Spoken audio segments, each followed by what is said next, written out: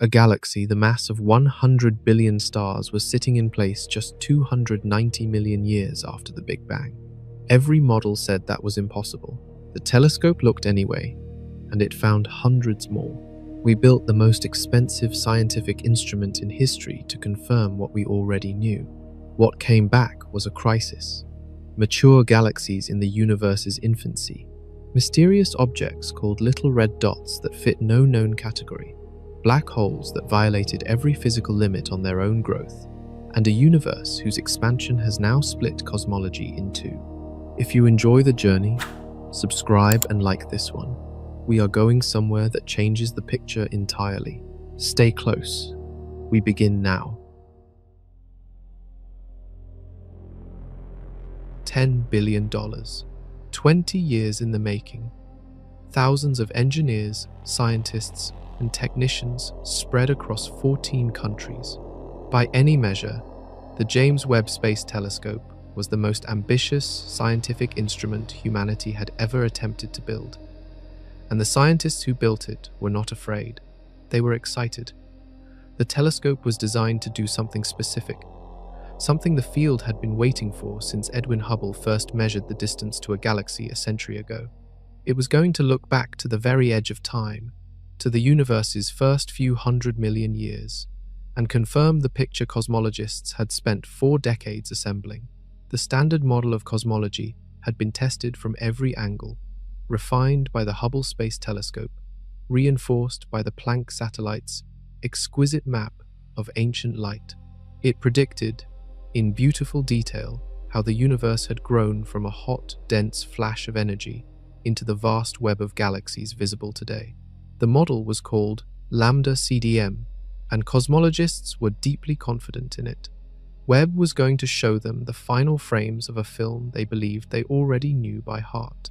The launch took place on Christmas Day of 2021 from a launch pad in French Guiana on a rocket borrowed from Europe, 18 months later than originally planned, after nearly 2 decades of engineering delays, cost overruns, and one infamous near incident during testing that almost tore the telescope apart.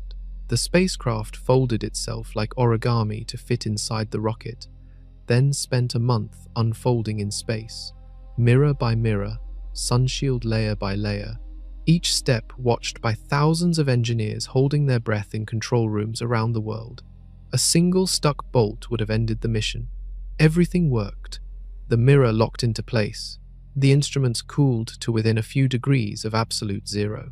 The telescope settled into position 1,000,000 miles from Earth, at a gravitational sweet spot, where the forces of our planet and the star it orbits perfectly cancel each other out. From there, it would stare into the deep past with a clarity that made every previous telescope look like squinting through fogged glass. Scientists across the world began writing their observation proposals immediately. The competition for time on Webb was extraordinary. Roughly 10 times as many proposals submitted as the telescope could ever fulfill. Astronomers spent months crafting arguments for why their target, their question, their particular patch of sky deserved a few precious hours of the most powerful eye ever pointed at the cosmos. Most of them assumed the telescope would answer their questions, confirm their models, fill in the gaps. What almost none of them predicted was that the telescope's very first sweeps of the deep sky would generate a question for which the standard model had no ready answer, and that the question would grow louder every time a new dataset came in. By the end of Webb's first year of observations, something was already wrong with the story. The astronomers who noticed it first did not go public immediately. They sat with the data, checked it, rechecked it, and then began, quietly, to worry. The first public images arrived in July of 2022, and they were astonishing in ways that had nothing to do with what was wrong with them. President Biden unveiled the first deep field image at a White House briefing, in a region of sky so small you could cover it with a grain of sand held at arm's length. The telescope had captured thousands of galaxies, each one a separate island of hundreds of billions of stars, their light bent and stretched by the gravity of a massive cluster in the foreground. It was the deepest infrared image of the universe ever taken. People cried looking at it. The other images followed over the next day. Dying stars. Their remnants expanded into glowing nebulae shaped like hourglasses and butterflies. Two galaxies caught mid-collision, their arms tangling. The atmosphere of a distant world passed, for the first time with real precision, into its chemical ingredients. The images were breathtaking, and the world responded accordingly. Astronomers, meanwhile, were looking at something else. Inside the deep field data, in the faint, reddest objects near the edge of detection, the early universe researchers began noticing a pattern. Lambda CDM predicted what the universe's earliest galaxies should look like at extreme distances. Faint, small, irregular blobs of star-forming gas. The cosmic seeds that would, over billions of years, grow and merge into the grand structures visible around us today. There should have been a steady thinning out of bright objects as you looked further back. The universe, the model said, was less organized the earlier you peered into it. The data said otherwise. Bright, well-formed galaxies did not thin out the way the model required. Some of them, at distances placing them in the universe's very first few 100 million years, were bigger and more luminous than anything the model had room for at that moment in time. The initial response from several teams was that something had gone wrong during calibration. When you build a new instrument, systematic errors are common. A filter response that does not quite match the lab measurement. A detector with unexpected sensitivity at certain wavelengths. Calibration artifacts can make objects appear brighter or more distant than they actually are. So the teams checked the calibrations carefully, repeatedly, multiple groups working independently. The calibrations were fine, the objects were real, and they were where the data said they were. While research teams were cautious in early conversations, exchanging results through academic channels in careful whispers, a phrase started appearing in emails between some of the most respected early universe astronomers in the field. The phrase was, "This should not be here." It was the first note of a song Webb would go on to play louder and louder as the months passed. Understanding exactly why it set off alarms requires one concept, a single tool that astronomers use to read the universe's past. Without it, the discoveries ahead make no sense. With it, everything that comes next lands with its full weight. Imagine every object in the universe is sending you a letter, and the letter is written in light.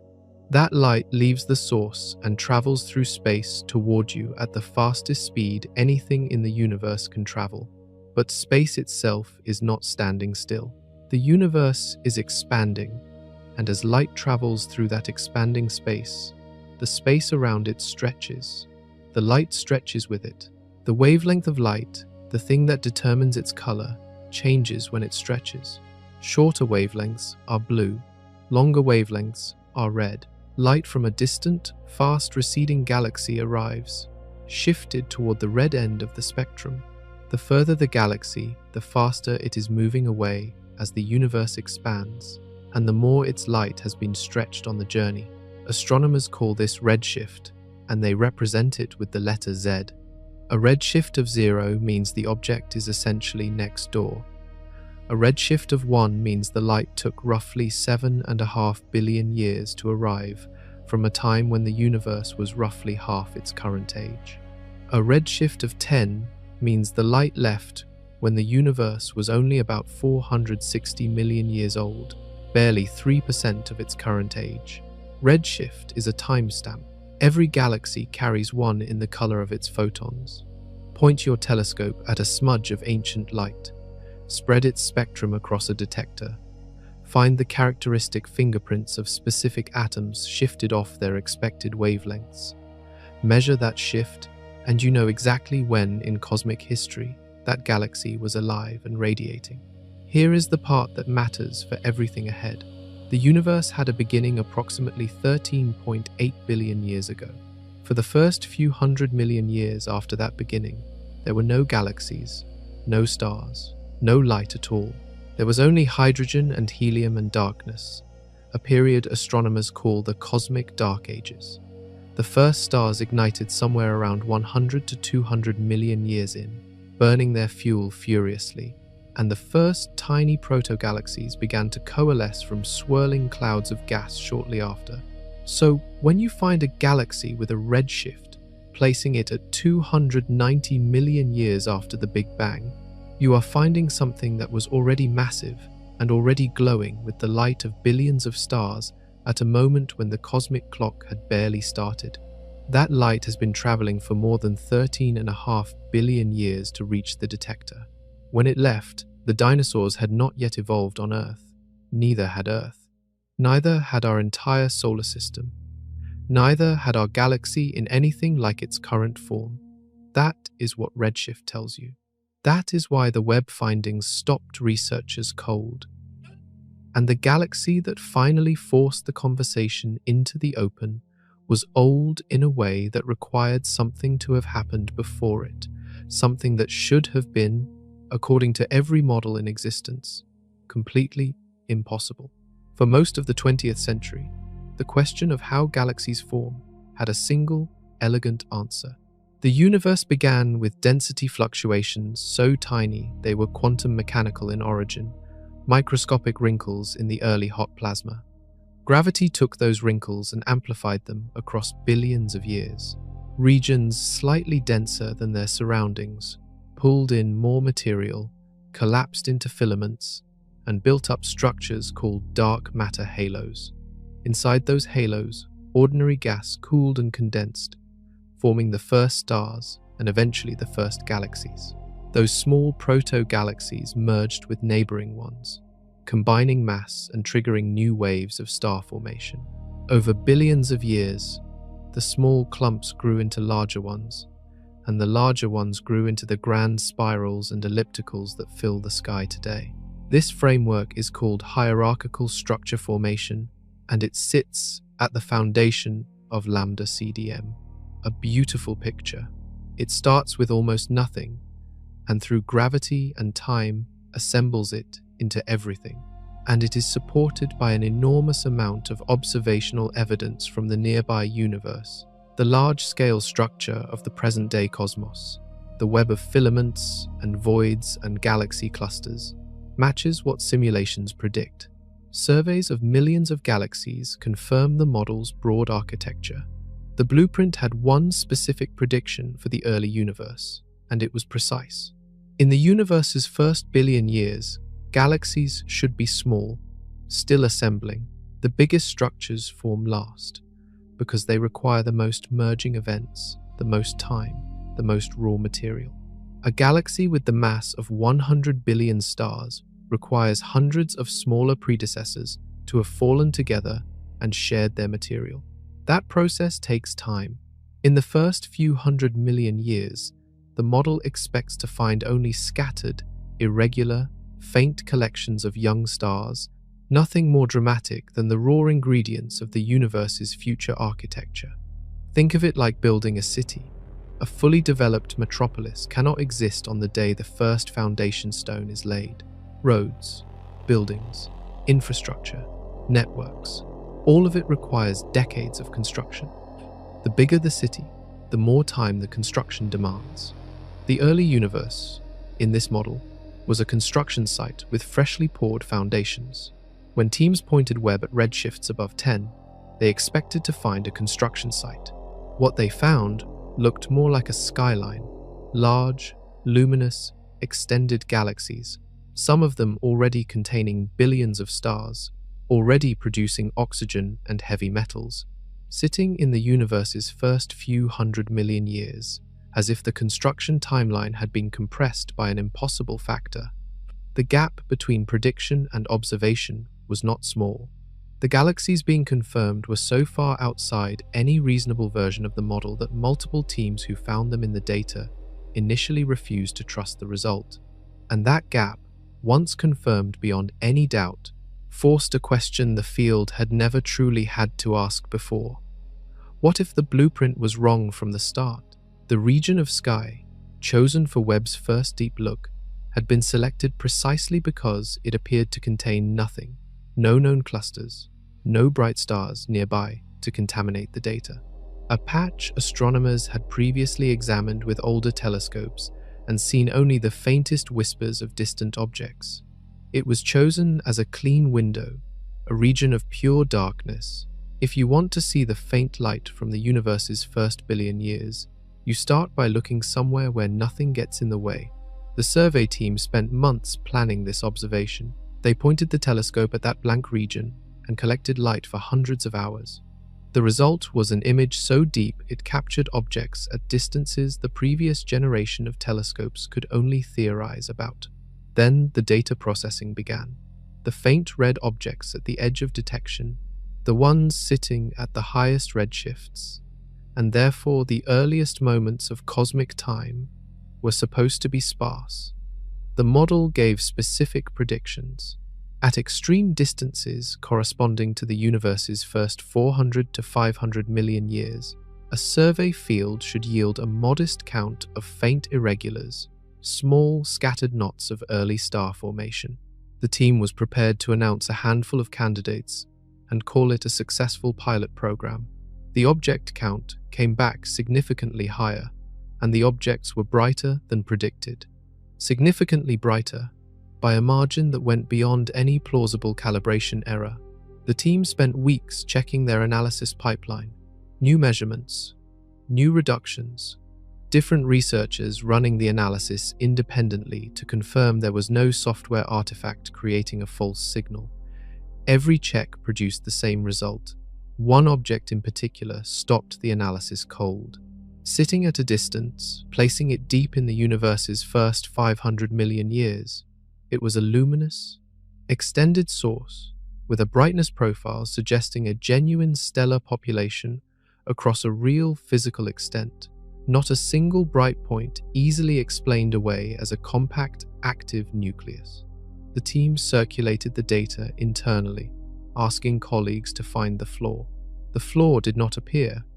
When they followed up with additional instruments, the object held firm, and while that confirmation was being assembled, other teams running parallel surveys with different fields and different instruments found their own anomalies. A handful here, a cluster of unexpected bright objects there, each one requiring its own explanation, each one resisting every obvious systematic. The follow-up requests began piling up. More telescope time, spectroscopic confirmation, verification from radio observatories capable of detecting the specific emission lines of oxygen and carbon from objects at extreme distances. What came back over the following months was not one confirmed impossible galaxy, it was hundreds. Among the hundreds of early galaxy candidates pouring out of Webb's surveys, one stood apart from the moment its distance was confirmed. The Deep Extragalactic Survey team found it in their fields, a point of light at extreme distance that kept surviving every test designed to rule it out. To confirm its redshift spectroscopically, they enlisted the Atacama Large Millimeter Array, a collection of 66 radio telescope dishes arrayed across a high Chilean desert, capable of detecting the specific emission signature of ionized oxygen from galaxies at the farthest reaches of the observable universe. The signal came back at a redshift of 14.18. Run that number through the cosmic clock. A redshift of 14.18 places this galaxy at just 290 million years after the Big Bang. To appreciate what that means, consider that the entire age of the universe stretches across nearly 14 billion years. 290 million years after the beginning is less than 2% of that total. On a scale where all of cosmic history fits in a single day, this galaxy existed at roughly 25 minutes past midnight. The object carries a catalog designation, JADE SGSZ140. Technical and unmemorable. What it describes is neither. The galaxy is large. The light coming from it is not the pinprick of a single bright source, which could be explained away as a lone active nucleus. Measurements of its physical extent show the light comes from across a genuinely wide, populated galaxy. Its ultraviolet brightness makes it one of the most luminous objects found at such extreme distances. Something containing billions of stars was shining at a distance of more than 13.5 billion light-years, at a moment in time when the entire universe was barely getting started. But the brightness alone was not what alarmed the field. Inside the spectroscopic data, the team found oxygen. Oxygen does not exist naturally in the universe from its formation. There is no primordial oxygen, no oxygen left over from the Big Bang.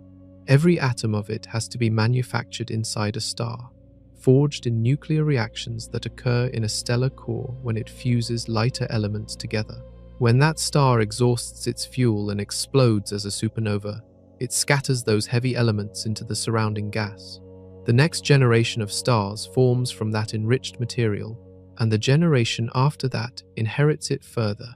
Finding oxygen in a galaxy 290 million years after the Big Bang means at least one full generation of stars had already been born, had lived out their entire lives, and had died in explosions violent enough to scatter their contents across space. All of that had already happened before this galaxy even qualifies as early.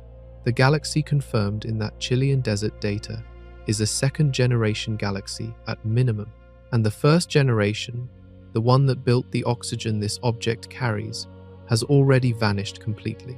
Oxygen is the third most abundant element in the universe, found in your lungs, in the water, in your glass, in the rocks beneath your feet. But every atom of it was once inside a star, every single one. The oxygen you breathe right now was forged inside a stellar furnace that burned out long before our own star ignited, scattered by an explosion, drifted through space for hundreds of millions of years or longer, and was eventually swept into the molecular cloud that collapsed to form our solar system. Every breath is filled with the ash of ancient supernovae. The Big Bang produced hydrogen and helium, a trace amount of lithium, and nothing heavier. The periodic table above those first three elements had to be built, one stellar generation at a time, across enormous stretches of cosmic time. Oxygen appears at step one of that process, manufactured inside massive stars that burn fast and hot and die violently. A star massive enough to produce significant oxygen will exhaust its fuel in only a few million years before exploding and scattering its newly minted elements into the interstellar medium. So when scientists found oxygen inside a Proxima galaxy at 290 million years after the Big Bang, they had to trace the logic backward. For oxygen to be present in that galaxy, at least one previous generation of massive stars had already completed its entire life cycle. Those stars had to have formed, perhaps in the very first 100 million years after the Big Bang. They had to have burned through their fuel over the next few million years. They had to have exploded and released their products before the galaxy confirmed by the radio array even assembled itself. A complete stellar generation, from birth to death, fitting inside a window of perhaps 100 million years. This is what astronomers mean when they say the universe was running faster than predicted. The first stars had to ignite earlier than models suggested, burn hotter and faster than expected, die more violently and efficiently than any calibrated simulation was producing. The galaxy found at 290 million years is, in a very real sense, already ancient. A second or third chapter of the universe's story, written before the field had even finished reading the first page. Here is what makes this particularly unsettling. The first generation, the one that produced all that oxygen, the stars that actually lit the cosmic darkness for the very first time, is already gone by the time Webb looks at this object. The telescope is watching the grandchildren of the universe's first light. The grandparents had already vanished before a single instrument ever turned toward them. Every model of how the first stars formed had placed their ignition later than this implied. Simulations of the cosmic dark ages, the long period before any light existed, had predicted gradual star formation beginning well after the first 100 million years. The oxygen in this object says that timeline was wrong, potentially by a large margin. And even as the field was trying to absorb that possibility, a separate survey team was finishing its own analysis of a different object from Webb's data. The record had been set, but records, in this story, were built to fall. science rarely stands still long enough for anyone to celebrate. The confirmation of the 290 million year galaxy was published and announced in the spring of 2024. The team had done everything correctly: multiple telescopes, spectroscopic confirmation, radio telescope verification. The redshift was locked in with 6 sigma confidence, meaning the probability it was a statistical fluke was smaller than 1 in half a billion. For a brief moment, it stood as the most distant confirmed galaxy in human history. That record lasted less than a year. A survey team was working through a collection of Webb data under a program named, fittingly, Mirage or Miracle. The name captured exactly the uncertainty hanging over every extreme early universe detection. Was the telescope genuinely seeing the impossible, or was some unidentified artifact mimicking a distant galaxy? The program was designed specifically to chase the most extreme candidates and find out which category they fell into. One candidate in particular had caught the team's attention. The preliminary estimate of its distance was extraordinary, pushing even beyond the previous record holder. When spectroscopic confirmation arrived using Webb's near-infrared spectrograph, the result came back in early 2025 with a redshift of 14.44, plus or minus 200ths. This galaxy, now called MOME Z14, sits at 280 million years after the Big Bang, 10 million years earlier in cosmic time than the previous record holder. Multiple distinct ultraviolet emission lines appear in its spectrum, making the redshift measurement unusually robust. Confirming a high redshift galaxy with a single spectral feature leaves some room for debate. MOME Z14 had several independent features, all pointing to the same number. The record had fallen. The significance of this object goes beyond the simple fact of its distance. Its existence pushed the pattern one more step in the direction that was troubling theorists. 2 confirmed massive, luminous galaxies sitting in the universe's first 300 million years, within 10 million years of each other in cosmic time. Meanwhile, photometric survey candidates were piling up at even higher redshifts, with preliminary estimates placing some of them before 200 million years after the Big Bang.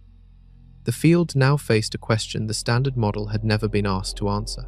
If confirmed galaxies are appearing at 280 to 290 million years, and photometric candidates hint at objects even earlier, where does the population actually cut off? The cosmic dark ages were supposed to end gradually, with the first stars igniting sporadically and unevenly. The universe appeared to have flipped a switch instead, assembling large, chemically enriched galaxies with a speed the timeline had no room for. What made it worse was not the individual records. It was what happened when teams looked in every direction and counted what they found. Finding one impossible galaxy can be explained away. Cosmic variance is real. The universe has patches where matter happened to concentrate slightly earlier than average. A single outlier sits comfortably within the margin of statistical variation. Finding hundreds of them from every survey team in every direction the telescope points is a different kind of problem entirely. The number density crisis began to take shape through one specific measurement. When the Deep Survey team calculated how many bright, massive galaxies they had found per unit of sky in the universe's first few 100 million years, and then compared that number to what lambda CDM simulations predicted for the same slice of time and space, the ratio was staggering. The observed number exceeded the predicted number by a factor of more than 100. Let that settle. The model predicted, say, 1 object per survey volume. The telescope found more than 100. Calibration issues might bump a measurement by 10 or 20%. Systematic biases in redshift estimation might shift some objects from one cosmic epoch to a nearby one. A factor of 100 replicated across independent teams using different telescopes, different analysis pipelines, and different fields of sky is beyond any plausible instrumental explanation. The teams that published these results were careful in their language. Phrases like significant tension with theoretical predictions and potentially challenging to standard hierarchical assembly appeared where less restrained researchers might have written something far blunter. Science is a careful discipline. Extraordinary claims require measured presentation. Privately, the conversations at conferences took on a different tone. Researchers who had spent careers building and refining the standard model of galaxy formation were asking the same question in hallway exchanges and over coffee. What if we simply got the early universe wrong? What if the model that correctly predicts everything about the cosmos from roughly the first billion years onward has a fundamental error somewhere in its description of the first few 100 million? Two interpretations sat at the center of every debate. Either the observations were wrong in some systematic way no one had yet identified, an error hiding in the data that would eventually surface and resolve the discrepancy, or the observations were correct, and something fundamental about how early cosmic structure forms was operating differently than every model predicted. Each option carried enormous implications. Finding a hidden systematic error would be embarrassing but manageable. Discovering that lambda CDM genuinely fails in the early universe would require rethinking physics the field had treated as settled for decades. And just as that debate was heating up, Webb delivered something that forced a different kind of question entirely. Inside the universe's first 2 billion years, the telescope found a galaxy that should have been structurally impossible to build that fast. A galaxy with a shape that required more time to assemble than the universe had yet provided. Spiral galaxies are the universe's precision instruments. Building their elegant, ordered arms requires two things the early universe violently resisted, providing time and stability. Spiral arms are the result of gravitational density waves, propagating through a rotating disk of stars and gas over hundreds of millions to billions of years, slowly organizing chaos into geometry. That process is also delicate, easily disrupted by the gravitational violence of a close encounter with another galaxy. In the early universe, both time and stability were in short supply. Galaxies were forming, colliding, and merging at a rate far higher than today. The universe was smaller then, more crowded. Galaxies were constantly crashing into their neighbors. Every major merger disrupted disk structure, converted ordered rotation into chaotic tumbling, and produced the puffed-up, disordered elliptical galaxies that dominate today's older galaxy populations. The early universe was a demolition derby. Spiral arms, under those conditions, should have been nearly impossible to maintain.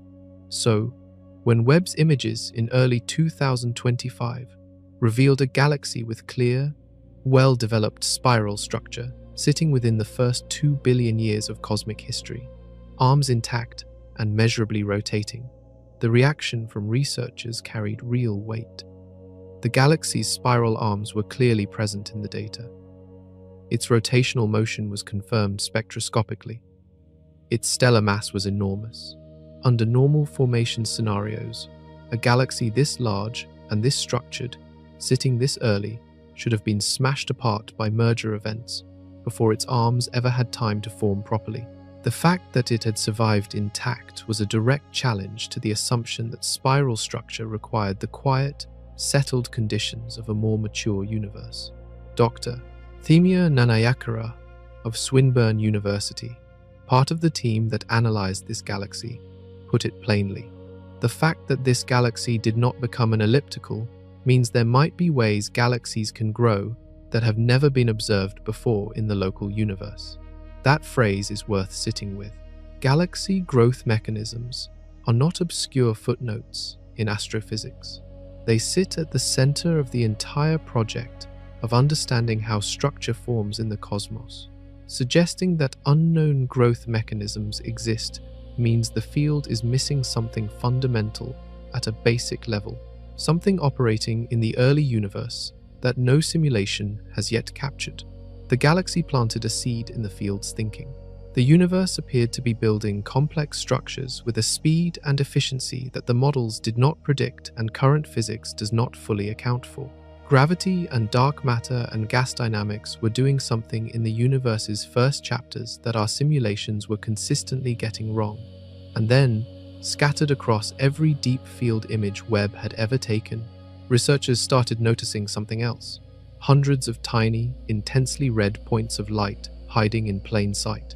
Objects that fit no existing classification. Objects that were, somehow, even more confusing than the impossible galaxies. They showed up everywhere once people knew to look for them. Tiny, intensely red, almost point-like sources of light scattered across Webb's deep field images. Concentrated in the period from roughly 400 million to 1 billion years after the Big Bang, dozens in each survey field, and then hundreds as more data accumulated. They were faint enough that no previous telescope had ever resolved them clearly, small enough to have been washed out or overlooked in earlier surveys. Webb, with its massive mirror and extraordinary infrared sensitivity, was the first instrument capable of seeing them distinctly enough to recognize that something unusual was happening.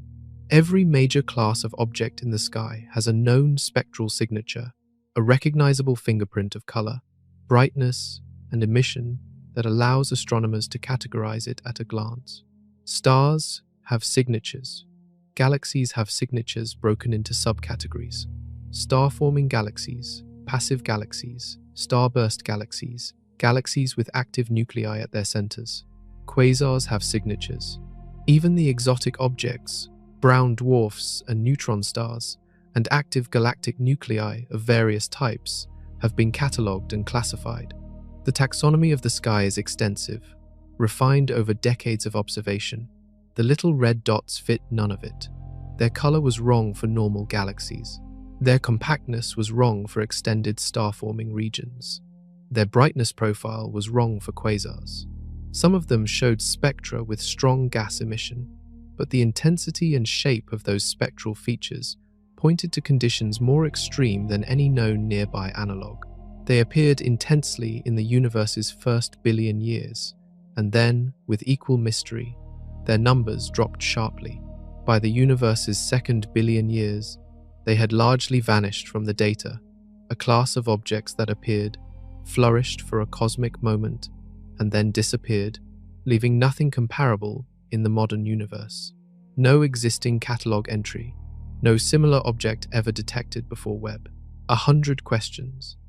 And the most pressing one arrived almost immediately after the first confirmed detections. Because when teams looked at the little red dots and studied the environments where they clustered, a pattern emerged that carried its own disturbing implication. These objects were not rare accidents. They were common. Perhaps the most common category of bright object in the early universe that had simply been invisible to every telescope that came before. The discovery of little red dots was, in a practical sense, the second major crisis in Webb's short scientific life, arriving alongside the impossible early galaxies rather than after them. Both problems confirmed across multiple surveys, both pointing in the same uncomfortable direction. The universe in its first billion years was doing things the field had neither predicted nor observed before, and the tools developed to understand the modern cosmos were not fully adequate to explain what Webb was revealing about its earliest chapters. Identifying a new class of object is only the beginning of the problem. Knowing these things exist tells you nothing about what they actually are, and when teams finally broke the light from the little red dots into its component wavelengths, what they found was a spectral shape that no one could immediately explain. The light from a little red dot, once spread across a detector with sufficient precision, forms a picture that no one had seen before in any astronomy catalogue. Imagine a mountain range seen in silhouette. On the left side of the peak, the light rises steeply in ultraviolet wavelengths, giving the object a blue-hot glow on that end of the spectrum. On the right side, the light drops sharply into the optical and near-infrared, giving the object a deep red color. The two slopes meet at a point, and that point forms a sharp bend, a V, right where the two very different contributions to the light converge. That V shape is not a minor curiosity. It is a clue about physics, and it rules things out the moment you look at it. A normal star-forming galaxy produces light across a broad swath of wavelengths. Its spectrum, a relatively smooth curve dominated by the combined output of billions of stars with a range of temperatures. An ordinary quasar, a galaxy with a violently active black hole at its center, produces light dominated by that central engine, bright, with specific emission features, but shaped in a characteristic way that has been studied and catalogued in tens of thousands of objects. Active galactic nuclei of various types have their own recognizable signatures. Astronomers have developed classification systems for every known category of bright object in the universe, and within each category, the spectral shapes are reasonably predictable. A V-shaped spectrum, blue on one side, red on the other, bending sharply at the crossover point, fits none of those categories. When researchers ran it against the standard taxonomies, the match scores came back empty. Whatever was producing this shape was combining two very different physical processes in a way that the existing classification system had never been asked to accommodate. Here is what makes the V-shape most useful as a clue. The blue ultraviolet side of the spectrum is consistent with hot, young, massive stars. The kind of stars that burn at extreme temperatures, emit furiously in the ultraviolet, and live very short lives. If you wanted to produce that left side of the V on its own, you would point to a region of intense star formation, exactly what you might expect in the early universe, when gas was abundant and gravitational collapse was happening rapidly. But the red optical side, the right side of the V, tells a completely different story. That component matches the kind of glow you get from extremely dense, hot, optically thick gas that has been heated to extraordinary temperatures from the inside, radiating with a redness that speaks of conditions far more extreme than any star-forming cloud. The two signals suggest different physical origins, as if two separate phenomena are contributing to a single compact source simultaneously. That dual nature is the fingerprint that pointed in three different directions at once. Some researchers looked at the hot, dense gas and thought immediately of a black hole, consuming surrounding material at a furious rate. Others looked at the extreme ultraviolet component and thought of something even more exotic, something at the theoretical edge of what physics says a star can be. A third group proposed that the V-shape was an artifact of a specific geometry, perhaps dense gas covering most of the source but leaking ultraviolet light through gaps. The debate that followed was not polite. Papers appeared on public servers within days of each other, some claiming the black hole model was clearly dominant, others arguing the data was consistent with something no instrument had ever actually seen before. A researcher who spent years studying active galactic nuclei looked at the first detailed spectra and reportedly said the shape made no sense under any framework she had previously used. The V is a fingerprint. Every fingerprint belongs to something. The field just had to figure out what that something was, and the answer each team reached depended heavily on which part of the fingerprint they weighted most. The contest between those answers was about to get very serious. The leading explanation came from a team in Copenhagen, and when it was published in January of 2026, it offered something the field had been craving since the first little red dot was catalogued: a way to explain these objects without requiring anything entirely new to physics. Their model works like this. Picture a young black hole, smaller and lighter than the enormous beasts that anchor modern galaxies, sitting inside a dense cloud of gas in the early universe. The cloud is not diffuse. It is thick, almost opaque, a cocoon of material so concentrated that light struggles to pass through it freely. The black hole at the center is actively feeding, pulling streams of gas from the cocoon inward and accelerating them to extreme velocities. As that gas spirals in, it heats up. Friction, compression, and the intense gravity near the black hole's edge bring the infalling gas to temperatures measured in the tens of thousands of degrees. At those temperatures, the gas glows from within. The heat radiates outward, but the cocoon absorbs and re-emits it multiple times before any photon escapes to the outside.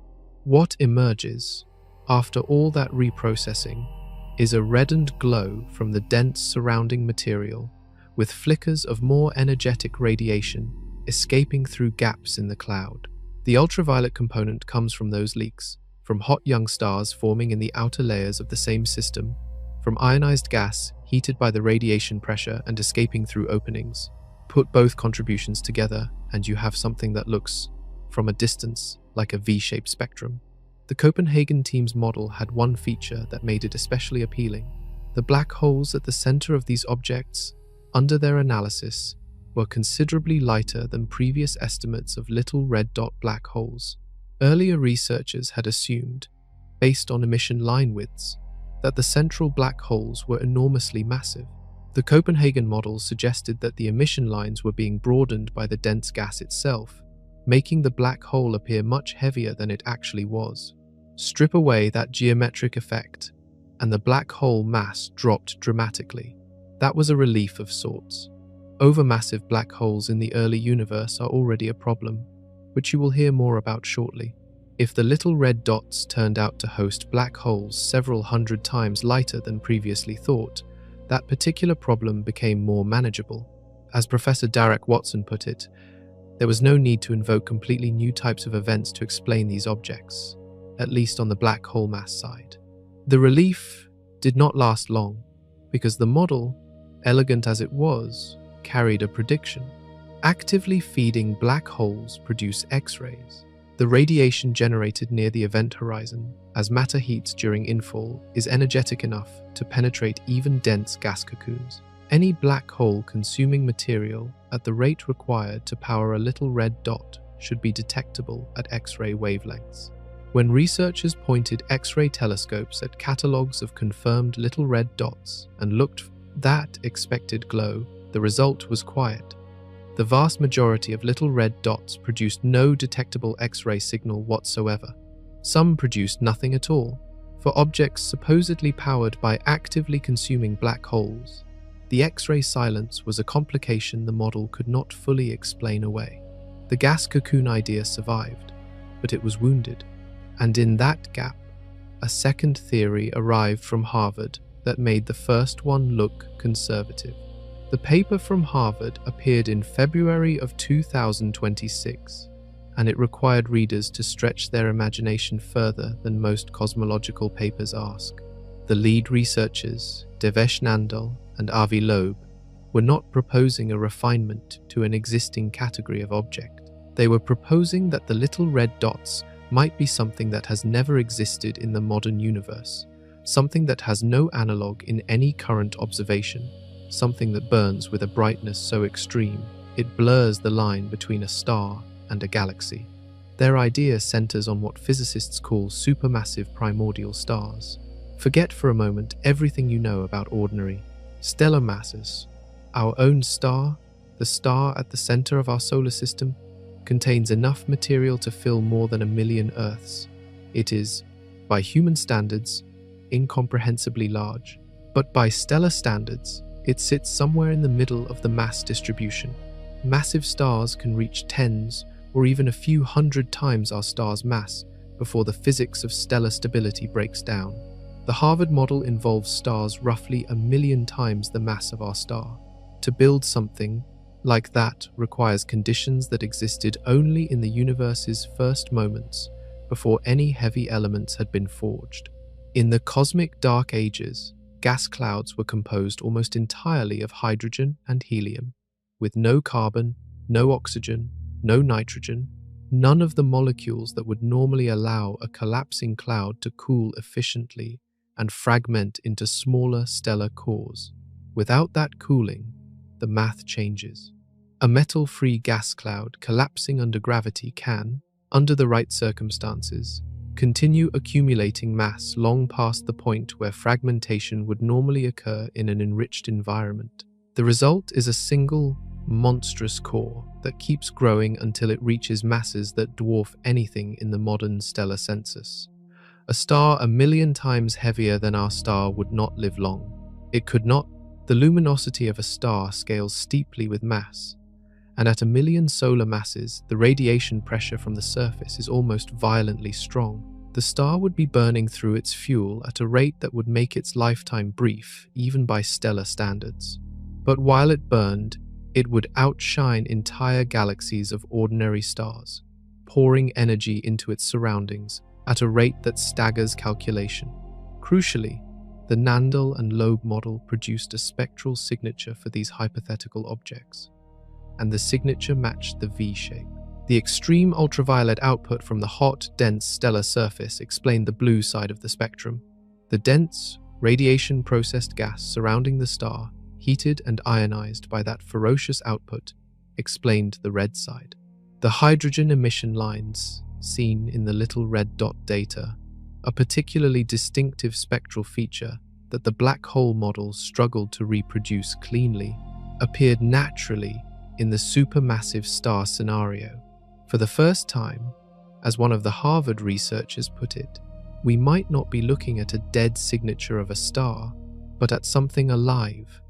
The problem is scale. A single supermassive star, even one shining with the fury of 1 million ordinary stars, requires conditions so rare that explaining hundreds of confirmed little red dot detections through this mechanism alone strains plausibility. These objects would have to form in enormous numbers across the early universe, burning briefly and then collapsing, each one eventually contributing a massive black hole seed to its host environment. The theory is beautiful. The abundance is uncomfortable. Neither model has yet claimed the field, and the conversation about what exactly these objects are shifted in a way that surprised even the researchers closest to the problem. By the middle of 2025, the lead Princeton researcher studying little red dots, Jenny Green, described the situation in a way that was more candid than most public scientific statements ever get. The field, she said, was closing in on an answer. Another researcher involved in the analysis, Anna de Graaf at the Max Planck Institute, went further.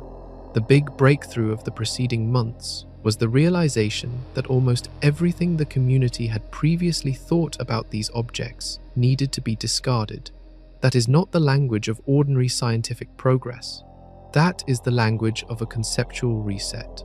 The current state of the debate, as of early 2026, can be summarized in a few hard realities. The gas cocoon black hole model is the dominant working hypothesis. The majority of researchers find it the most physically plausible, but it cannot account for the X-ray silence. An actively feeding black hole of the required mass should be producing X-ray emission at a detectable level. Only 2 little red dots in all the confirmed catalogs show confirmed X-ray emission. The rest are silent, and the silence is not what you would expect if the entire population were powered by consuming black holes in the way the Copenhagen model describes. One possible explanation is that the gas cocoons are even denser than the model assumes, thick enough to absorb the X-rays before they escape. Another is that the black holes are feeding in short bursts rather than continuously catching instruments during their quiet phases. Both explanations are plausible. Neither is confirmed. The supermassive star model handles the X-ray silence naturally. Since a burning star does not produce the hard X-ray radiation, a feeding black hole does. But the abundance problem remains real. Producing hundreds of these objects in the surveyed volume requires a production rate that the early universe would have to sustain with unusual efficiency. The most likely resolution, when it comes, will probably not vindicate either model completely. The little red dot population may contain a mixture of object types, different physical phenomena producing similar spectral shapes in different objects, unified by the extreme conditions of the early universe rather than a single shared origin. Several research teams are already analyzing subpopulations within the catalog, trying to find statistical distinctions that might separate the black hole-powered objects from any hypothetical stellar counterparts. But while that investigation continues, a completely separate alarm was going off in a different part of cosmology, an alarm that had been sounding quietly for over a decade before Webb made it impossible to dismiss. The impossible early galaxies were a crisis in the story of structure formation. The little red dots were a crisis in the story of the first compact objects. What came next was a crisis in something far more foundational, our measurement of the universe's own expansion. And it was the kind of crisis where the more carefully you measured, the worse the problem got. Every cosmologist working today lives with a number that does not match. The universe is expanding. That fact has been established beyond any reasonable doubt for nearly a century. And the rate of that expansion, a quantity called the Hubble constant, has been the central measurement target of modern observational cosmology. Knowing how fast the universe expands tells you its age, its geometry, its ultimate fate. The Hubble constant is not a peripheral detail. It is one of the most consequential numbers in all of physics. The problem is that two completely independent methods of measuring it return two completely different answers. The first method reads the oldest light in the universe. In the moments after the Big Bang, the entire universe was a hot, dense plasma, and sound waves were bouncing through it like ripples in an ocean. When the plasma eventually cooled enough for atoms to form, roughly 380,000 years after the beginning, those sound waves froze in place. Their imprint is preserved in the cosmic microwave background, the faint afterglow of that ancient light that permeates the sky in every direction. Satellite missions mapped that afterglow with extraordinary precision, charting the exact size of those frozen sound wave patterns. From those measurements, combined with the standard cosmological model, you can calculate how fast the universe was expanding at that moment and extrapolate forward to predict its current expansion rate. That prediction lands consistently around 67 to 68 kilometers per second for every 3.25 million light-years of distance. The second method skips the theory entirely and measures expansion directly in the nearby universe. Astronomers identify stars called Cepheid variables, which pulsate with a brightness that varies predictably with their luminosity. By comparing how bright they appear from Earth against how bright they actually are, researchers calculate their precise distances. Those distances anchor the measurement of how fast nearby galaxies are receding. Overlay enough of these calibrations, extend them to supernovae in distant galaxies as an additional distance run, and you arrive at an independent expansion rate. That measurement returns consistently around 73 kilometers per second for every 3.25 million light-years of distance. 67 versus 73. That gap might sound small. Expressed as a statistical discrepancy, it reaches 5 sigma, meaning if these two measurements were actually describing the same universe with the same physics, the chance of getting a gap this large by random measurement error is roughly 1 in a million. In particle physics, a 5 sigma result is the threshold for declaring a discovery. In cosmology, it means the model connecting the two measurements has a serious problem somewhere. The tension had been growing for over a decade before Webb launched, and then the telescope set out to resolve it. One of the original science goals written into Webb's mission brief was to settle the Hubble tension by making dramatically sharper measurements of Cepheid stars in nearby galaxies. The previous generation of telescopes could see Cepheids at the distances needed, but their resolution in crowded stellar environments was not perfect. A potential explanation for the tension was that older telescopes were accidentally blending the light of Cepheids with neighboring stars in crowded fields, making the Cepheids appear brighter than they really were, which would push the distance measurements, and therefore the expansion rate, slightly upward. Webb's infrared sensitivity and unprecedented spatial resolution were tailor-made to separate individual Cepheids from their surrounding stellar populations. If the local measurement was inflated by contamination, Webb would find it. The measurements came back sharper than any instrument had ever delivered. Individual Cepheids in target galaxies were cleanly resolved, separated from their stellar neighborhoods with a precision the field had never previously achieved. The contamination problem, if it existed, could now be quantified and corrected. The corrected measurements changed the local expansion rate by a small amount. The measurement moved within its error bars, as any result does when you improve precision. It remained comfortably above 70. The gap with the early universe prediction did not close. The Hubble tension held exactly where it was, now confirmed with an accuracy that left essentially no room for the contamination explanation to survive.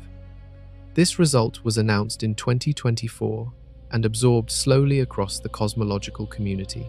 The tension had lasted a decade, and throughout those years, a recurring hope was that improved measurements would eventually reveal the error, allow the two methods to converge, and let the standard model breathe again. Webb was the instrument that was supposed to deliver that convergence. Instead, Webb delivered certainty in the worst possible form, certainty that the problem was real. Adam Rees, who shared the Nobel Prize in Physics for the discovery of cosmic acceleration and who has spent the last decade building the case for the tension through progressively more refined measurements, said the field was wandering in the wilderness. A Nobel laureate, using biblical language to describe the state of his field, is saying something about more than the technical details of a measurement. He was describing a community that had followed a path it trusted for a very long time and arrived at a place where the map no longer matched the terrain. The tension between the two measurements of expansion was now confirmed beyond doubt. What it pointed to, something wrong in the model connecting the early universe to the present one, remained unresolved. And while cosmologists were sitting with that discomfort, a completely separate instrument, aimed at an entirely different target, came back with a result that made the Hubble tension look almost like a preliminary symptom of something far larger. While Webb was staring backward in time at the universe's infancy, a ground-based instrument called the Dark Energy Spectroscopic Instrument was doing something complementary, mapping the modern universe in the most comprehensive survey of cosmic structure ever attempted. Over 5 years of operation, the instrument measured the precise distances and positions of 15 million galaxies spread across enormous volumes of space, building a three-dimensional portrait of how matter has been distributed across cosmic history. The purpose was to track dark energy. Dark energy is the name physicists gave to whatever is causing the universe's expansion to accelerate. Every galaxy in the universe should be slowing down under the mutual gravitational attraction of all the matter within it. Instead, since roughly 5 to 6 billion years ago, the expansion has been speeding up. Something is pushing outward against gravity, and that something appears to account for roughly 68% of the total energy content of the universe. The most mathematically simple description of this substance is a cosmological constant, a fixed energy density that permeates space uniformly and does not change over time. Einstein included it in his original field equations and then famously removed it, only for observations to bring it back decades after his death. The cosmological constant has been the backbone of lambda CDM for decades, and the 15 million galaxy survey was designed to test it precisely by mapping how dark energy has shaped the distribution of galaxies over billions of years. When the analysis was published in 2025, it contained something the cosmological community had not expected. Dark energy appeared to be weakening. The signal was not dramatic by astronomical standards, but it was statistically significant, reaching roughly 4 sigma when the galaxy survey data was combined with information from supernovae and the cosmic microwave background. That means a statistical fluke large enough to explain the result has a probability comparable to finding a winning lottery ticket twice in the same week. The researchers described the result carefully, in the measured language of scientists who know their claim will be scrutinized intensely. But what the numbers said was clear. The repulsive pressure driving cosmic expansion was not holding steady. Across billions of years of cosmic history, it appeared to have been gradually diminishing. A cosmological constant, by definition, does not diminish. If it diminishes, it was never a constant. Something more complex was at work in the fabric of space-time, something that behaved like a fixed energy density in the early universe, but had since evolved, changed, perhaps even begun to fade. John O'Meara, chief scientist at the Keck Observatory, described the result simply. Cosmology, as we know it, may be broken, not tweaked, broken. and the details buried deeper in the analysis held something stranger still. The number returned by the Dark Energy Survey pointed to something stranger than a weakening force. The direction of that weakening, traced back through cosmic history, suggested that dark energy may have crossed a specific theoretical boundary at some point in the universe's past, a line physicists call the phantom divide. To understand why that boundary matters, consider what dark energy is doing in simple terms. The cosmological constant, the standard model version of dark energy, exerts a uniform repulsive pressure, the same everywhere, the same always. Its energy density remains exactly constant as the universe expands. Every cubic meter of space contains exactly the same amount of it, forever. The phantom divide marks a boundary in the space of possible dark energy behaviors. On one side of the boundary sits the cosmological constant and related models, where dark energy dilutes gradually or holds steady as space expands.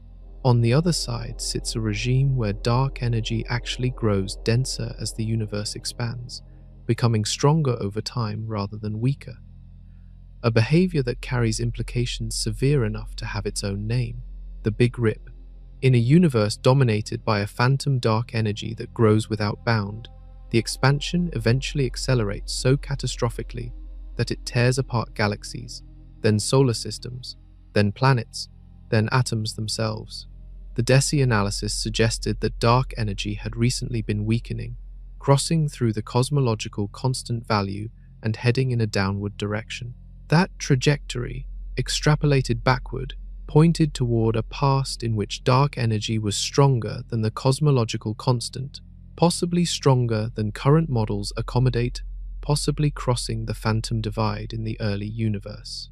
UC Berkeley physicist Eric Linder, one of the researchers involved in interpreting the results, called the finding beautifully bizarre. That description, half wonder and half alarm, captures the specific sensation of watching the data suggests something that the standard framework has no clean language for. Here is what the phantom divide actually represents in practice.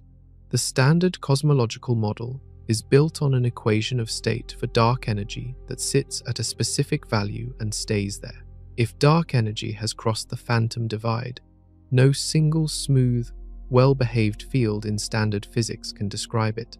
The mathematics requires either multiple interacting fields, or modifications to gravity itself, or something about the nature of space-time that current theoretical tools are not fully equipped to handle. The phantom divide marks the line between what standard physics can comfortably explain and what it currently cannot. The DESI result was framed carefully as a strong hint requiring more data rather than a confirmed detection. At the level of certainty established so far, alternative explanations remain possible. The full 5-year data release from the instrument, carrying considerably more statistical weight, would sharpen the picture substantially. But even the hint carried weight, because when cosmologists began looking at what the DESI result implied in combination with the Hubble tension, they found something that stopped every proposed solution in its tracks. 2 crises, each pointing towards something broken in the standard model. Each with its own proposed fixes, each with its own community of researchers exploring solutions. The natural expectation was that a good solution to one would at least not make the other worse, and ideally might address both. The expectation was wrong. When theorists began testing cosmological models that allowed dark energy to evolve over time, the kind of model the DESI data was pointing toward, they found that incorporating that evolution did something unexpected to the Hubble tension. Allowing dark energy to change removed some of the strain in fitting the galaxy distribution data. But the same modification that eased that fit altered the early universe expansion history in a way that pushed the 2 measurements of the Hubble constant further apart, not closer. Fixing the dark energy problem widened the Hubble tension. Conversely, attempts to resolve the Hubble tension through modifications to the early universe, adding brief energy injections before the cosmic microwave background was released, tinkering with the acoustic scale in ways that would bring the 2 expansion measurements into agreement, tended to produce galaxy distribution predictions that clashed with what the DESI survey actually measured in the nearby universe. Fixing the Hubble tension strained the dark energy picture. The two problems are not independent. They are coupled, linked through the same underlying cosmological equations, and any change to one part of those equations propagates to the other. The field had been treating them as separate puzzles to be solved on separate timelines with separate tools. The emerging evidence suggested they were more like two symptoms of a single deeper illness, something wrong at the level of the model's foundational assumptions, threading through both the expansion rate and the behavior of dark energy simultaneously. This is the double bind, two confirmed, high-significance anomalies, solutions to one that actively worsen the other. A theoretical landscape in which no proposed single patch covers both holes at once. Michael Boylan-Colchin, one of the researchers most closely tracking the galaxy count crisis, put it plainly in an interview. The number of anomalies that have piled up is simply too large to be coincidental, and they are too correlated to be independent failures of independent systems. The standard model is not wrong in one place. It appears to be strained across multiple, interconnected areas simultaneously. The field now faced a choice that had no comfortable option. Either each anomaly would eventually find its own small fix and lambda CDM would survive, battered but intact. Or the anomalies were symptoms of something structural, something that required not patching the model but rebuilding it from a deeper level. Neither path was easy. And while cosmologists wrestled with those two possibilities, Webb had delivered yet another category of impossible object, one that appeared not in the galaxy distribution statistics but in the measurement of mass itself, inside the earliest compact objects the universe ever produced. When a black hole feeds, physics imposes a ceiling. As matter falls toward a black hole, it does not plunge directly inward.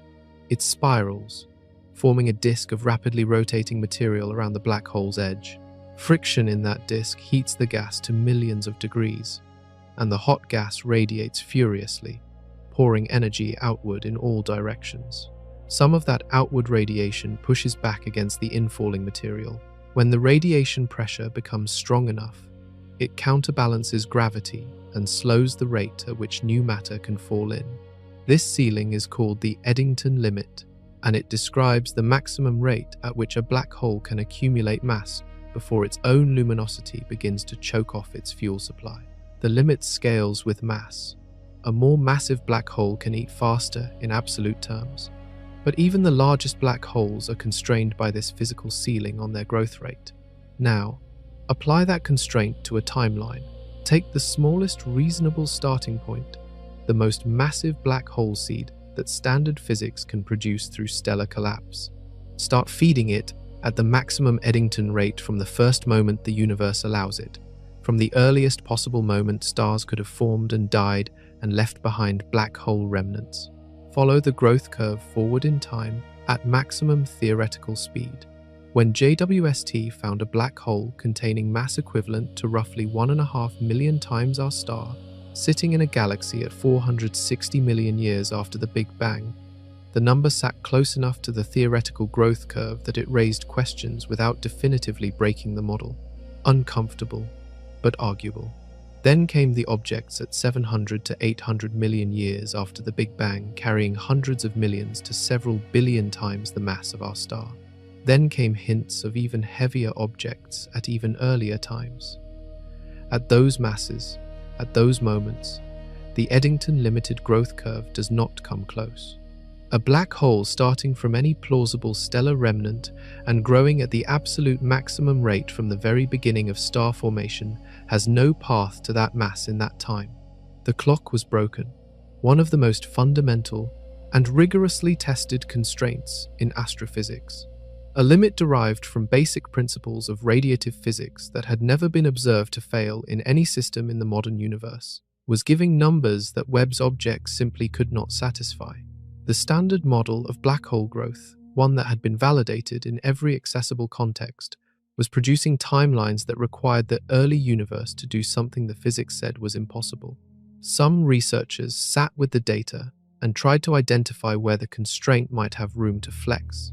Others began building models that required starting conditions the standard model does not provide. The conversation about what these overmassive early black holes actually meant for the underlying physics was only beginning, but it already carried one clear conclusion. The early universe was producing black holes faster than the universe had any business producing them. Three possible explanations for overmassive early black holes circulate through the current literature, and each one requires either stretching or abandoning something in the established framework. The first is called the heavy seed scenario. Standard black hole formation produces seeds from the collapse of massive stars, remnants that weigh roughly tens to perhaps a few hundred times the mass of our star at the upper end. In the heavy seed scenario, the early universe bypassed that process entirely. Massive clouds of primordial gas, under certain temperature and density conditions that may have existed only in the very early cosmos, collapsed directly into black holes without ever forming stars at all. Direct collapse black holes, as they are called, could begin their lives with masses already tens of thousands of times heavier than the most massive stellar remnant. Starting that much heavier, an Eddington limited growth curve can reach billion solar mass territory faster. The math improves. The problem is that the conditions required for direct collapse are narrow and specific. The gas cloud must be prevented from fragmenting into stars, which typically requires an intense radiation field destroying the molecular hydrogen that normally initiates star formation. Such conditions may have existed in regions where early galaxies provided that radiation to neighboring gas clouds. Whether they existed frequently enough to explain the abundance of overmassive early black holes is unclear, and recent simulations give mixed results. The second explanation abandons the growth ceiling entirely. Super Eddington accretion, the idea that black holes in the early universe fed significantly faster than the Eddington limit allows, has been proposed through various mechanisms. Geometric effects, where the accreting material is not a thin disk, but a thick, puffed-up torus that traps radiation differently, or brief episodes of extremely high inflow rate that the radiation field cannot catch up with quickly enough to choke. Some theoretical models suggest super Eddington feeding could multiply the effective growth rate by factors of several to perhaps a few tens, which would dramatically shorten the time needed to reach extreme masses. The third explanation is the most radical. Primordial black holes, objects formed not from stellar collapse but from density fluctuations in the very first fraction of a second after the Big Bang, before any star ever burned, could have entered the universe already massive. If such objects exist and formed in significant numbers during that primordial moment, they could have been the seeds from which the overmassive early black holes grew with less time pressure. The primordial black hole hypothesis has existed for decades as a theoretical possibility, never confirmed, never definitively ruled out, living in the uncertain territory between cosmological speculation and legitimate scientific candidate. The troubling reality is that none of these three explanations covers every confirmed case. Some of the overmassive early black holes that JWST found can be accommodated by direct collapse, some by super Eddington feeding, some might point toward primordial seeds. A full accounting of the entire observed population requires a combination of mechanisms, each of them operating outside what the standard model treats as normal. In a universe whose first moments appear more productive and more violent than any simulation had captured, each proposed solution points back toward the same uncomfortable conclusion. The early universe was building things faster, heavier, and more efficiently than the physics the field inherited from the 20th century can explain. The impossible galaxies were doing it. The overmassive black holes were doing it. And the questions those objects raised were about to converge with the Hubble tension and the dark energy problem in a way that forced the entire cosmological community to ask something it had been quietly avoiding. The young universe was swimming in gas. Every model of early cosmic structure agreed on this basic fact. The first few billion years were rich with raw fuel hydrogen and helium flooding the spaces between nascent galaxies, pouring inward along filaments of dark matter to feed new generations of stars. The expectation was reasonable. If anything, the early cosmos had more raw material available than it does today. More of it within reach of any galaxy trying to grow. Webb found galaxies that had already burned through all of it, catastrophically and impossibly early. Across multiple survey fields, the telescope confirmed what astronomers call quenched galaxies. Massive systems containing billions of stars, but producing no new ones. Their star formation histories complete, their gas supplies exhausted or expelled. In the modern universe, dead galaxies exist in abundance, mostly large ellipticals that used up their fuel several billion years ago and have been coasting ever since. Quenching is normal. It is just supposed to take time. In the deep Webb data, quenched galaxies were appearing at redshifts, placing them in the universe's first billion years. Some had stellar masses comparable to a large modern galaxy, but had completely stopped forming stars before the universe reached that single billion-year mark. Star formation timescales in these objects ran as short as 100 to 500 million years. By the time they were observed, they had already lived their entire active lives in what amounted to a cosmic blink.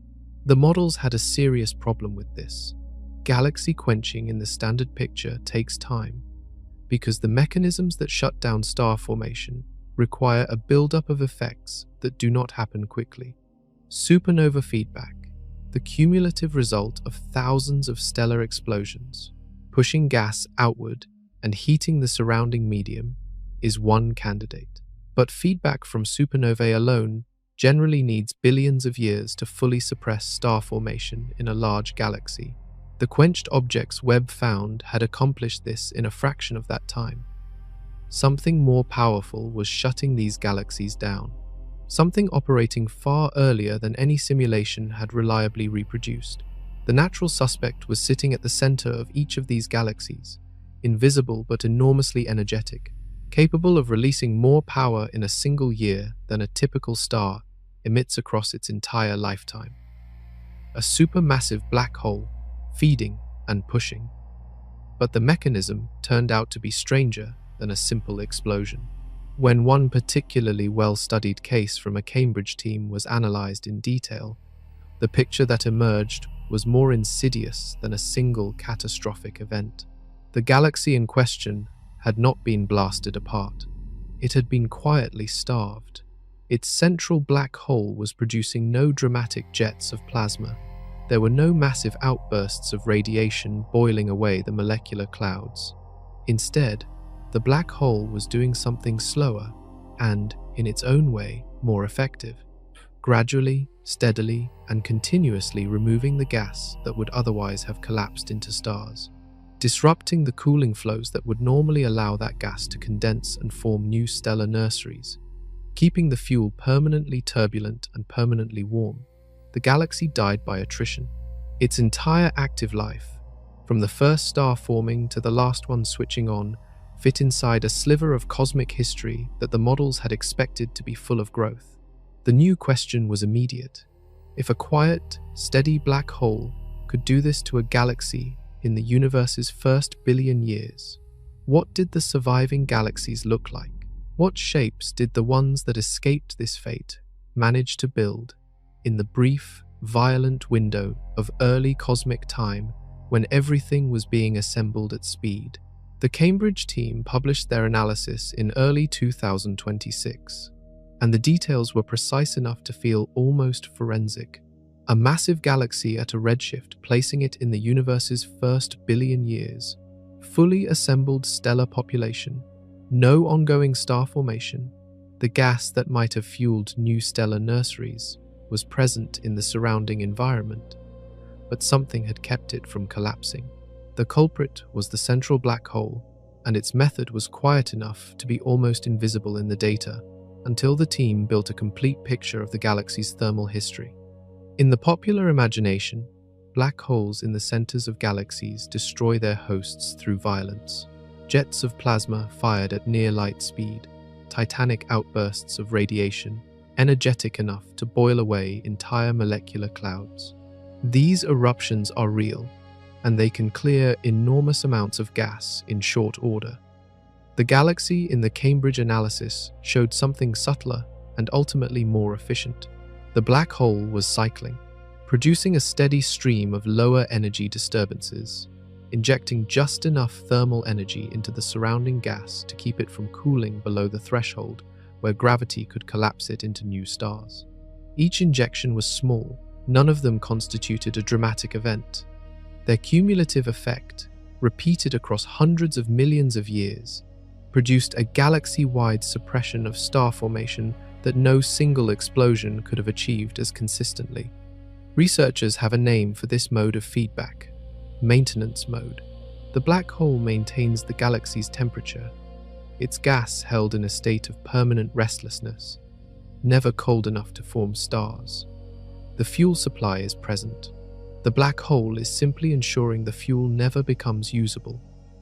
In the modern universe, this kind of regulation is observed in large elliptical galaxies at the centers of galaxy clusters, where the central black hole cycles through periods of activity and quiet, keeping the surrounding intracluster gas from cooling and raining down as star-forming material.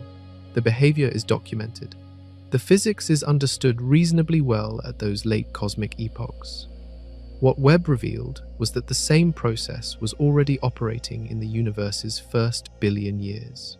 A mechanism thought to govern the long, slow aging of mature galaxy clusters was already shutting down young galaxies in the earliest chapters of cosmic history, working efficiently enough to fully quench a massive system before most of the universe's galaxies had even finished assembling their first stellar populations. The implications for galaxy evolution timelines were immediate. If black holes could regulate and terminate star formation this early and this efficiently, then the history of galaxy growth was far more controlled, far more self-limiting than any previous model had assumed. Galaxies did not simply keep growing as long as gas was available. They carried within them a self-limiting mechanism, timed by the growth rate of their own central black holes, capable of switching off the engine long before the universe ran out of raw material. The death of a galaxy by 1,000 quiet cuts, operating in cosmic infancy. And while these dead galaxies were raising questions about timing and regulation, the surviving galaxies, the ones that had not been quenched, were raising a completely different kind of question. Their shapes were strange, and not in a way that reflected a single unusual formation event. The geometry of the earliest surviving galaxies pointed towards something deeper, something about the invisible substance that makes up most of the universe's mass. The shapes of the first galaxies were trying to tell the field something about dark matter. And the message was not what anyone expected. Galaxies come in shapes, and the shapes carry history. Every amateur astronomer knows the basic categories: the sweeping arms of a spiral, the smooth glow of an elliptical, the chaotic form of an irregular. These forms are not random. They emerge from physics, from the angular momentum of a collapsing gas cloud, from the history of mergers, from the age and mass of the stellar population inside. Shape is biography. A galaxy's appearance encodes what happened to it across billions of years. The earliest galaxies Webb found were shaped in a way that the standard model had not predicted. Stretched, elongated, rod-like, almost cigar-shaped, existing less than 1 billion years after the Big Bang, before any of the familiar rounded or spiraling forms had time to develop. These objects had a geometry that looked nothing like the irregular clumps the model expected, and nothing like the more organized shapes of later cosmic epochs, pointed at both ends and extended along a single axis, like something squeezed in one dimension while the universe was still assembling. A team publishing in Nature Astronomy in December of 2025 ran simulations trying to reproduce this elongation using the standard ingredient for dark matter: cold, slow-moving, massive particles that clump on small scales and build structure hierarchically. The component lambda CDM calls cold dark matter. The simulations consistently failed. Cold dark matter produces halos that are somewhat elongated, but not to the degree observed in the earliest Webb galaxies. The specific geometry of what the telescope was finding did not appear in the output. Then the team tried a different ingredient entirely. Wave dark matter, also called fuzzy dark matter or ultralight dark matter, consists of particles so extraordinarily light that they behave quantum mechanically on scales comparable to entire galaxies. Rather than clumping into discrete particle distributions, wave dark matter forms interference patterns, spatial structures shaped by the quantum nature of the particles themselves. The halos built from wave dark matter have a different internal geometry. Specifically, they produce elongated, rod-like shapes more naturally, particularly in the early universe when halos are young and quantum effects are most prominent. When the team ran simulations with wave dark matter as the key ingredient, elongated shapes appeared with a frequency that matched what Webb was observing. Cold dark matter produced the wrong geometry. Wave dark matter came considerably closer to the right one.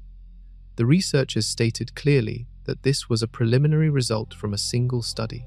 One paper does not a paradigm shift make, but the result pointed toward a possibility that the particle physics community had long found uncomfortable. The dark matter particle that laboratory experiments have spent decades searching for might be entirely the wrong mass. Dark matter comprises roughly 27% of all energy in the universe. Its nature is completely unknown. Decades of underground detectors, particle accelerators, and astrophysical searches have failed to find a direct signal from any specific dark matter candidate. And now, the shapes of galaxies in the universe's first billion years were suggesting that the invisible scaffolding from which all cosmic structure was built might be composed of something far lighter, far stranger, and far more quantum mechanical than anyone had designed their experiments to find. The universe was piling up its revelations. Dead galaxies, starved galaxies, galaxies with shapes that challenged the composition of dark matter itself. None of these findings existed in isolation. Each one connected to the others through a web of implications that was growing impossible to map with the tools the field had relied on for 4 decades. The time had come to stop examining anomalies one at a time and place all of them on a single table. Step back from the individual discoveries.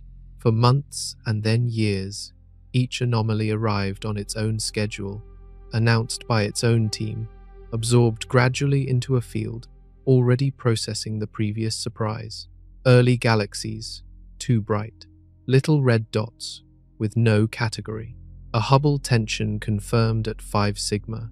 Dark energy apparently weakening. Overmassive black holes. Dead galaxies too early. Galaxy shapes pointing toward a different form of dark matter. Placed side by side, the list reads differently than it does one item at a time. The standard cosmological model, lambda CDM, makes specific, testable predictions for all of these things. It predicts the brightness distribution of early galaxies. It predicts the Hubble constant. It predicts the behavior of dark energy. It predicts how fast black holes can grow. It predicts how long galaxies take to exhaust their star-forming fuel. It predicts the shapes of early halos. On every one of those predictions, the data from Webb and from DESI and from the Hubble tension measurements disagrees. That pattern does not resemble a model with a small error in one of its parameters. A single miscalibrated number typically produces a small, systematic offset in one observable while leaving others intact. The pattern visible in the JWST error looks different. Multiple independent observables, each measured by different instruments using different techniques, all pulling in the same direction. Each one says the early universe built structure faster, deeper, and more efficiently than the standard model predicted. Proposed solutions exist for each anomaly individually. Bursty star formation for the early galaxy brightness, modified expansion history for the Hubble tension, evolving dark energy for the DESI signal, exotic black hole, seeding for the overmassive early compact objects, alternative dark matter for the elongated shapes. The proposed solution list is as long as the anomaly list. The problem emerges when researchers try to apply these solutions simultaneously. Every time a theorist adjusts the model to fit one anomaly, the adjusted model produces worse predictions for at least one other.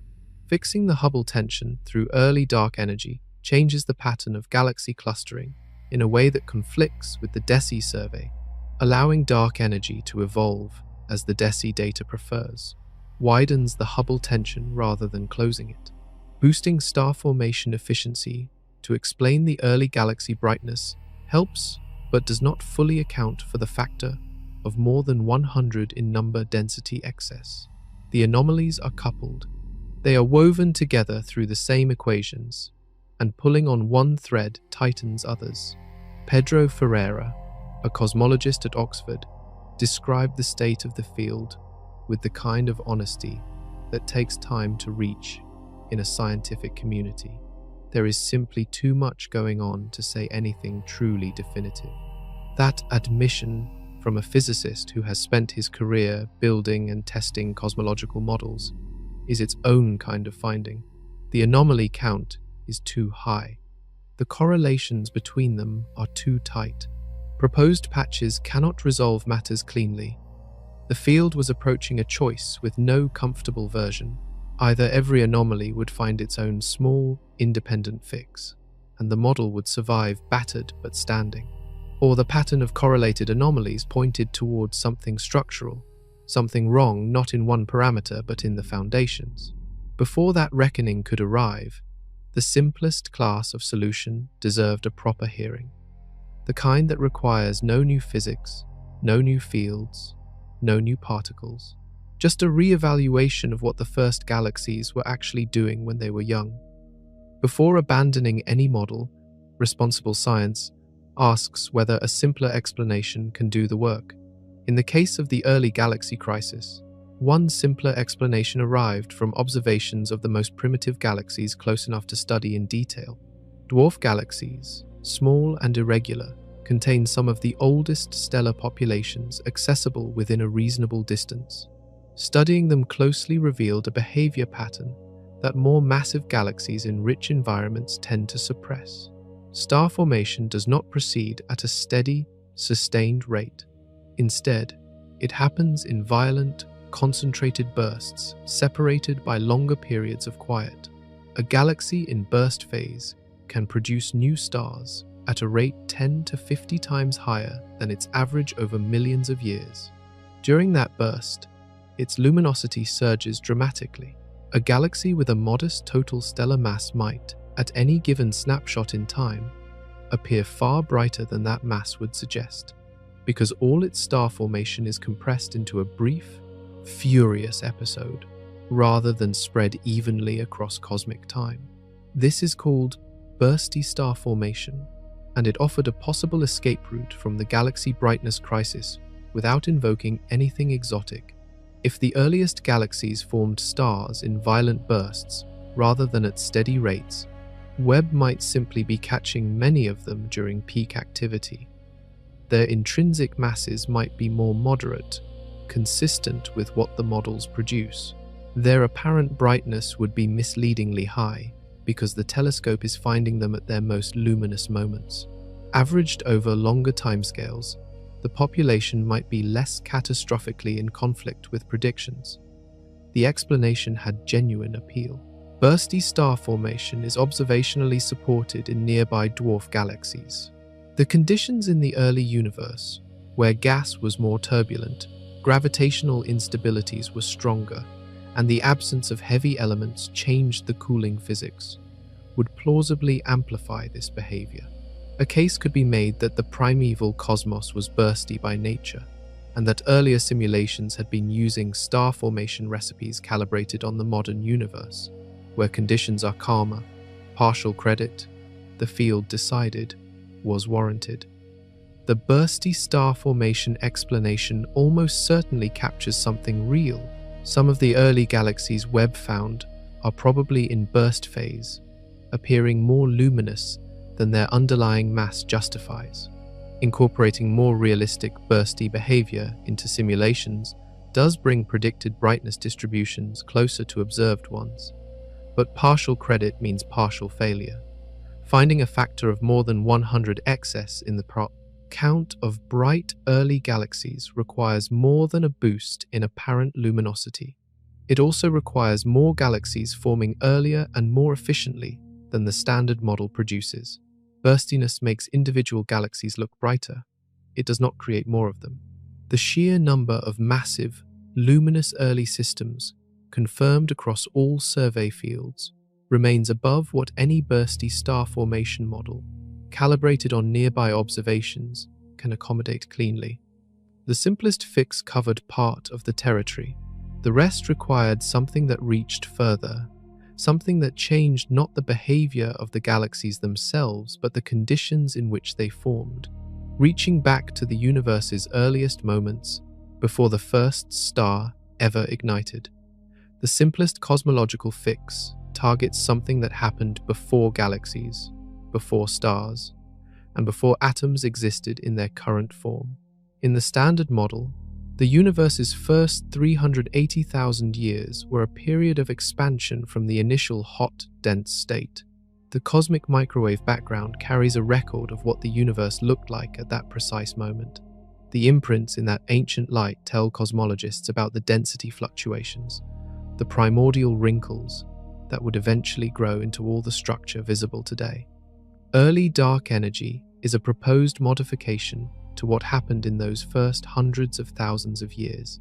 Before the background light was released, inject a brief, powerful burst of additional dark energy into the very early universe, concentrated before the background light was emitted, and two things happen. The expansion rate during that window increases slightly, and the density fluctuations, the seeds of all future structure, get a boost in amplitude, meaning they start out slightly larger and more pronounced than the standard model produces. Larger initial fluctuations lead to earlier structure formation. Dark matter halos collapse sooner, gas falls in sooner, stars ignite sooner, galaxies assemble sooner and grow more massive in any given slice of time than the unmodified model allows. Simulations incorporating early dark energy showed that the approach could bring the predicted distribution of massive early galaxies into meaningfully better agreement with Webb's observations, without requiring exotic physics in the galaxies themselves. The adjustment operates upstream of everything, in the universe's first moments, and propagates forward into results that match what the telescope found. The appeal is real. The controversy is equally real. Early dark energy requires an entirely new field, a new form of energy density that behaved powerfully in the universe's first chapter and then faded away, leaving no other detectable signature in the present. No laboratory experiment has independently detected it. No direct observational constraint requires it on its own. Its current support comes from a single argument. Adding it to simulations makes the galaxy distribution look more like what Webb sees. That is a legitimate form of scientific argument. Models are tested by whether they reproduce observations, and a model that does so better than the previous one deserves serious consideration. But introducing an entirely new energy field on the basis of one class of observation, without independent theoretical motivation, makes many cosmologists deeply uncomfortable. The discomfort is not irrational. The history of cosmology contains extra fields added to explain anomalies that later turned out to have simpler resolutions. Caution is appropriate, and there are concrete problems. The early dark energy models that best fit the Webb galaxy data tend to alter the acoustic scale in the cosmic microwave background, changing predictions in ways that improve the Hubble constant estimate. That is progress for the Hubble tension, but the same alteration changes the predicted clustering of galaxies in the nearby universe in ways that do not perfectly match what the DESI survey measured. One problem improves, another strains. The double bind holds. For researchers willing to push further, past the uncomfortable threshold of adding new energy fields, there were solutions that asked for something even more fundamental to change. The kind of solutions that sat at the very edge of what a physicist considers thinkable. The proposals at the far edge of the solution space are the ones that cosmologists discuss last and most carefully, because accepting any of them would require revising parts of physics tested to extraordinary precision and found reliable in every accessible context. Modified gravity is the most disruptive candidate. General relativity, Einstein's description of how mass and energy curve spacetime, has passed every experimental test thrown at it for over a century.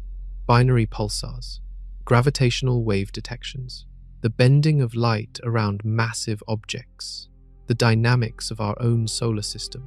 No single observation has ever definitively violated it. For this reason, modifying gravity is not a popular move.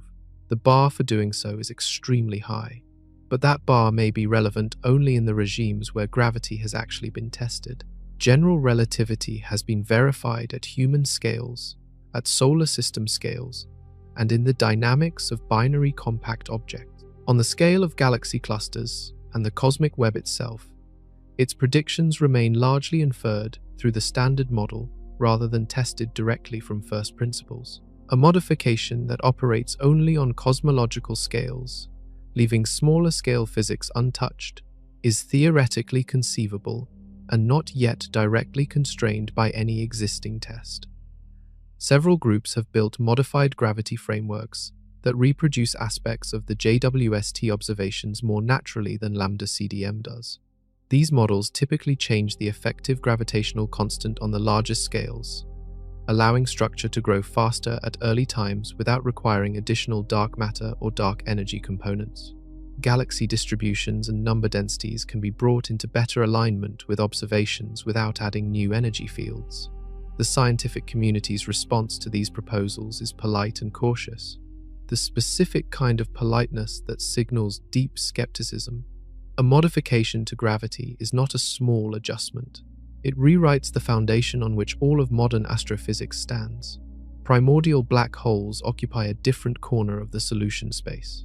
If the very first moments of the universe produced black holes directly from density fluctuations, before any star formed, these objects could have served as massive structure seeds, concentrating dark matter halos around them and dramatically accelerating the formation of the first galaxies. They could also explain the overmassive early black holes Webb found, since those objects would not need to have grown from stellar remnants at all. They would have arrived already large. Primordial black holes have never been confirmed. Their existence is constrained by multiple indirect measurements, and most of the mass ranges where they could be abundant have been observationally restricted. A specific window in the mass distribution remains open, and a population in that range could plausibly do the structural work the early universe anomalies seem to require. Wave dark matter offers a smoother modification, replacing cold dark matter with lighter, faster-moving particles changes small-scale halo structure without dramatically altering large-scale behavior. It addresses both the galaxy number density and the elongated shapes observed by Webb, attacking two independent anomalies with a single change to the dark matter description. None of these radical options has been ruled out. None has been confirmed.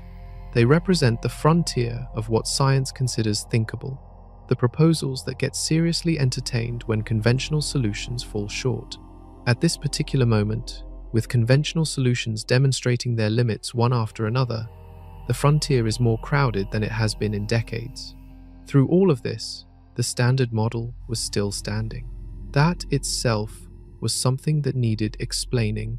Lambda CDM has absorbed blow after blow since Webb opened its eye. Impossible early galaxies confirmed at 6 sigma confidence. A Hubble tension verified beyond any instrumental explanation. Dark energy apparently weakening in ways the cosmological constant cannot accommodate. Overmassive black holes violating every growth timeline. Dead galaxies too early. Shapes that challenge the dark matter framework. A list of anomalies that reads, from a distance, like an indictment of everything the standard model claims about the cosmos. And yet, as of early 2026, the model had not collapsed. Lambda CDM remained the working description every cosmologist used, the tool every simulation was built on, the baseline against which every new result was measured. This is, on reflection, the strangest fact in modern cosmology. A model that fails this many predictions in one concentrated domain of observation would typically be abandoned, or at least formally flagged as broken, in any other branch of science. The history of physics contains clear examples. The ultraviolet catastrophe at the turn of the 20th century, where classical mechanics failed to predict radiation from hot objects and was replaced by quantum mechanics. The precession of Mercury's orbit, which Newtonian gravity could not account for and which required general relativity to explain. When models fail clearly and repeatedly, they get replaced. Lambda CDM has survived because no successor exists to replace it. Without a better model, even a strained model is more useful than no model at all. The standard framework is wrong about something in the early universe, but across most of cosmic history, outside the specific domain of the earliest galaxies and the specific measurements of expansion and dark energy that Webb and DESI have targeted, it works. Galaxy clustering in the modern universe, the distribution of the cosmic microwave background across the sky, Big Bang nucleosynthesis, the production of light elements in the first minutes. All of these remain in good agreement. The failures are concentrated and specific. The successes are broad and precise. Adam Rees, whose Nobel Prize-winning work on cosmic acceleration helped build the very framework now under strain, described the community's position bluntly. People are uncomfortable wandering in the wilderness. That statement goes beyond a technical assessment of a measurement discrepancy. It describes a community that knows something is wrong, that its current tools are insufficient to identify exactly what, and that has no clear path yet toward what will replace the model. The sociology of a scientific crisis matters as much as its physics. Researchers rarely abandon the model they have spent careers building on the basis of anomalies, however numerous. When no successor is ready, the practical cost of abandonment is too high, so the field absorbs the anomalies, publishes papers on their individual proposed resolutions, and continues using the model while quietly hoping the next instrument, the next data release, the next survey, will clarify which failure is the fundamental one. What Webb had delivered, before anyone fully absorbed it, was one more anomaly that nobody had predicted. The problem was a direction. The universe, the data was suggesting, might have a preferred orientation, and if that were confirmed, the foundations would crack at a level that no patch, however creative, could cover. Cosmology rests on two foundational assumptions about the large-scale universe. The first is homogeneity. Matter is distributed uniformly when you average over large enough volumes. The second is isotropy. The universe looks the same in every direction, with no special orientation, no preferred axis, no built-in asymmetry embedded in the fabric of space itself. Both assumptions are central to how the standard model is written. The equations that describe an isotropic, homogeneous universe are simpler and more tractable than the equations required for a universe with a preferred direction. The assumption of isotropy is not a convenience. It is load-bearing. Webb's deep surveys of the earliest galaxies, analyzed for their rotational properties, produced a pattern that made several teams look very carefully at their analysis before publishing. Roughly 2/3 of the earliest confirmed galaxies appear to rotate clockwise when viewed from a consistent reference direction. The number is striking because it should, in a universe without a preferred axis, hover close to 50%. By chance alone, roughly half of all galaxies should rotate in each direction. An excess of 2/3 sustained across the full survey, covering large patches of sky, implies either a statistical fluctuation of meaningful magnitude or something embedded in the universe's initial conditions that introduced a preferred rotation direction in the earliest structures. The researchers involved were careful, as scientists always are when results carry implications this large. The detection sits at a level of confidence that demands follow-up rather than celebration. Independent surveys with different instruments and different analysis methods are needed to confirm or refute it. The result has not been reproduced across enough independent datasets to reach a definitive claim, but the nature of what is being suggested demands attention regardless of whether the specific numbers hold.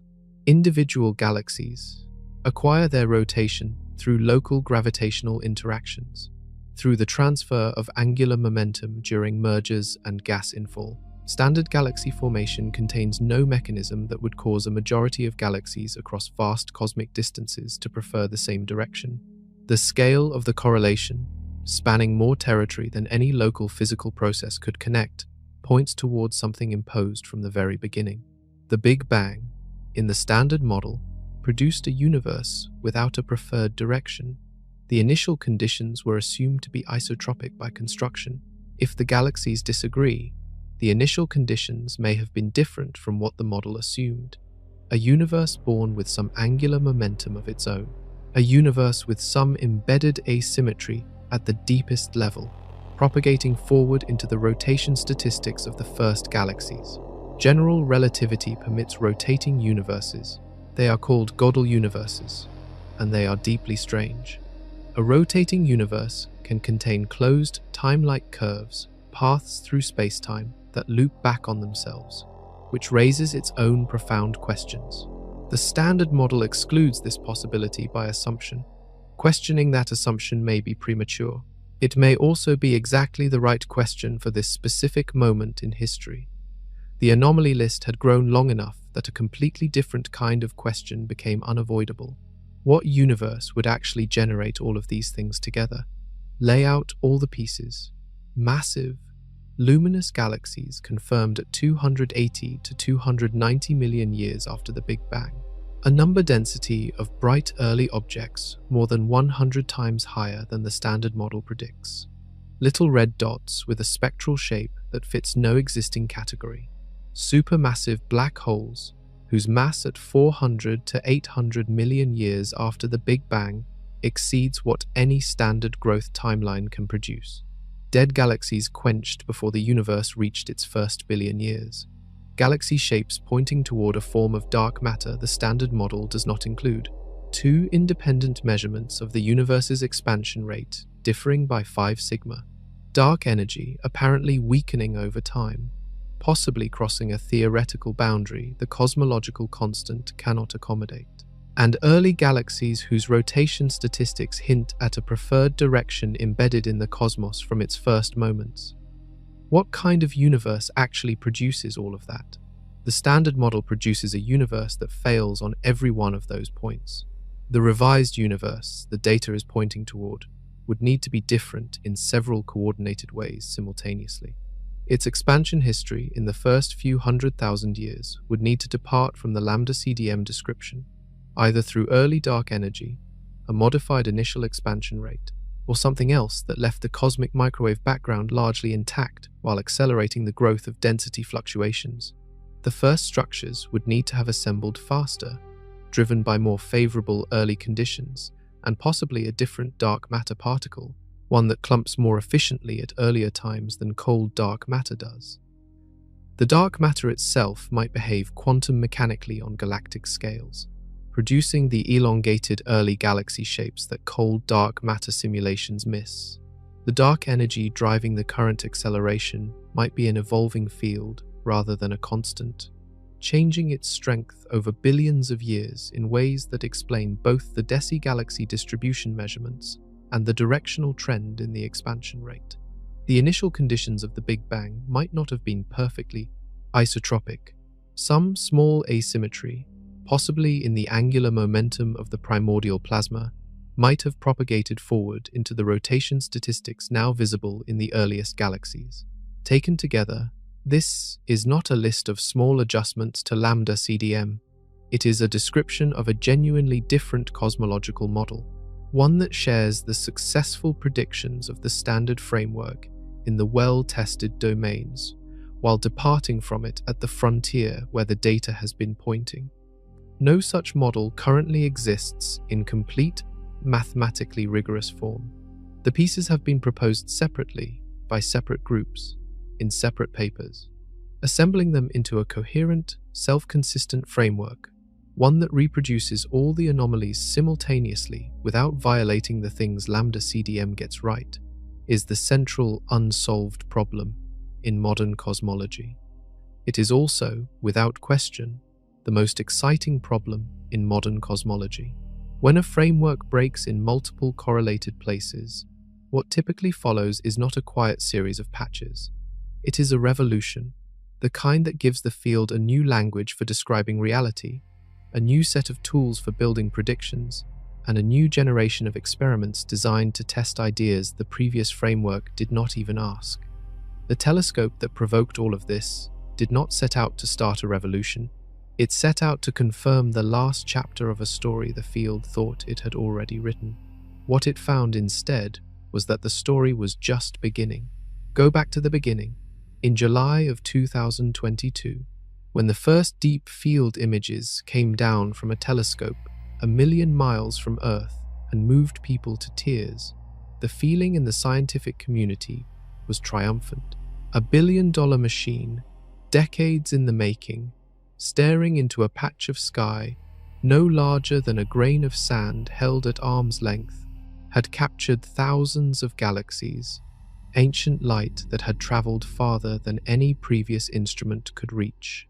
The telescope was supposed to confirm things, finish the picture, built to find the universe's first light and show the world that the map cosmologists had drawn across 4 decades of painstaking observation was correct in its final, hard-to-reach corners.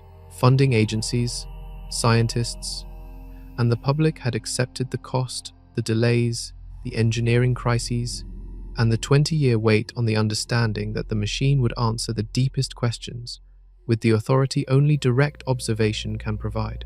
What it actually delivered was a crisis that no one had written into the Rookie mission proposal. Every chapter of this story was a record-breaking, the most distant confirmed galaxy, dethroned twice within a year, the most detailed early universe spectroscopy ever achieved, revealing oxygen in places and at times that oxygen had no right to exist, the most precise measurements of the Cepheid distance ladder, confirming the Hubble tension rather than resolving it, the first confirmed detection of a completely new class of astrophysical object, the little red dots, never predicted and never seen before, the first clear documentation of galaxies dying in the universe's infancy, killed by the quiet persistence of their own central black holes. Running under all of it, confirmed by 15 million galaxies mapped in the nearby universe, an erosion of the cosmological constant that the standard model had built its description of spacetime around. The machine did exactly what it was supposed to do. It looked, it measured, it recorded what was actually there, without regard for whether what was there matched the predictions of the people who built it. That is the only version of science that works. The version that trusts the data more than the theory when the two disagree. What the data said, repeated across hundreds of observation programs, independent teams, multiple instruments, and years of accumulated results, was that the universe in its infancy was not the quiet, gradually assembling place the standard model described. It was faster. It was more productive. It built structures of shocking complexity in windows of time the model had reserved for tentative beginnings. And it did all of this inside a cosmos that may not be the perfectly symmetric, directionless expanse the equations assumed. The question the telescope was really asking, from the moment its mirror locked into place, was not the question on the mission proposal. The proposal asked, can we find the universe's first light? The telescope answered that question easily. The deeper question, the one that every strange result has been pointing toward, is older than any instrument and sharper than any observation. How much of what we believe about the universe is true, and how much is a story we told ourselves because the evidence was not yet good enough to contradict it? The answer Webb has been returning, discovery by discovery, image by image, spectrum by spectrum, is unsettling and exhilarating in equal measure. We were looking at a grain of sand held at arm's length and thinking we understood the beach. The telescope moved closer, and the beach turned out to be larger, stranger, and far more alive than the map had room for.